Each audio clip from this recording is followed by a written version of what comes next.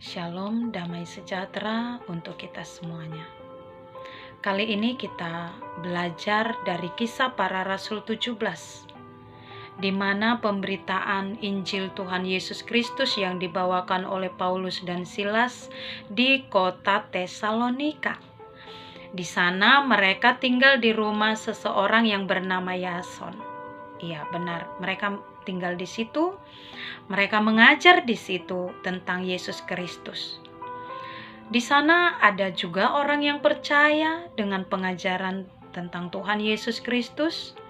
Ada juga yang menolak, dan tidak sedikit juga orang menjadi iri kepada pengajaran yang dibawakan oleh Paulus dan Silas.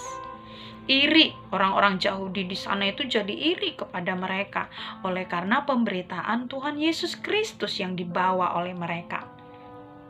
Karena irinya, mereka itu membuat keributan di kota Tesalonika. Mereka menyeret Yason, di mana Yason ini menerima Paulus dan Silas di rumahnya untuk bertempat tinggal. Mereka menyeret. Mereka menghakimi si Yason ini, kenapa menerima, ya kan? Nah, mereka berencana hal yang buruk. Oleh karena rencana buruk itu tadi, orang-orang Tesalonika yang percaya kepada pengajaran tentang Tuhan Yesus Kristus, mereka menyuruh atau memberangkatkan Paulus dan Silas ini untuk berangkat ke Berea.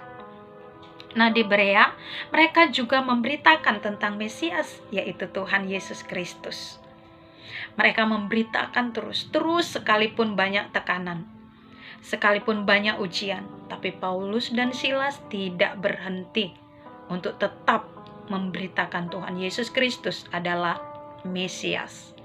Yang paling uniknya orang-orang di Berea, Alkitab mencatat kalau kita baca di Kisah Para Rasul 17 ini ayat 11, dicatat di situ, orang-orang Yahudi di Berea ini lebih baik hatinya daripada orang-orang Yahudi yang berada di Tesalonika.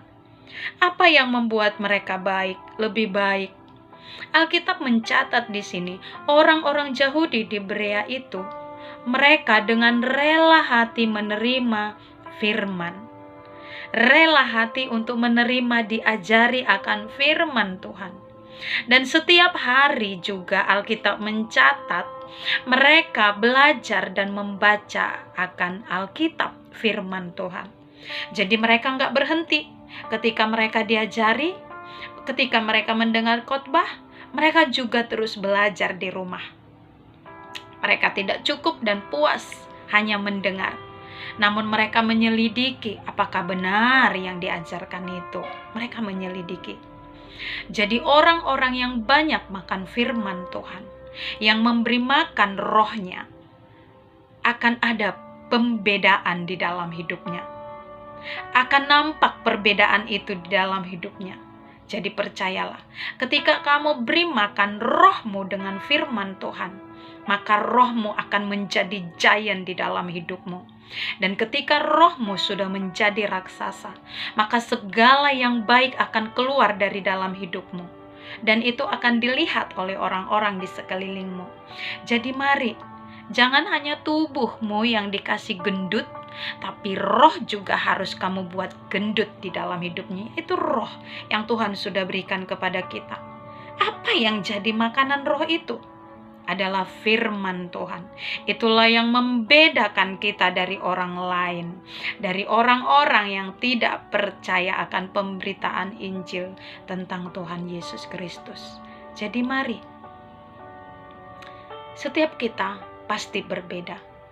Jikalau kita mau dengan rela hati menerima firman Tuhan, jikalau kita mau setiap hari untuk membaca firman, jangan lewatkan hari ini sebelum kamu baca firman Tuhan. Jangan lewatkan hari ini sebelum kau kasih makan rohmu dengan firman Tuhan. Jadi kenyangkan jiwa hanya dengan firman Tuhan. Sebab firman Tuhan akan membuat kita berbeda dari orang lain. Amin. Tuhan Yesus Kristus memberkati.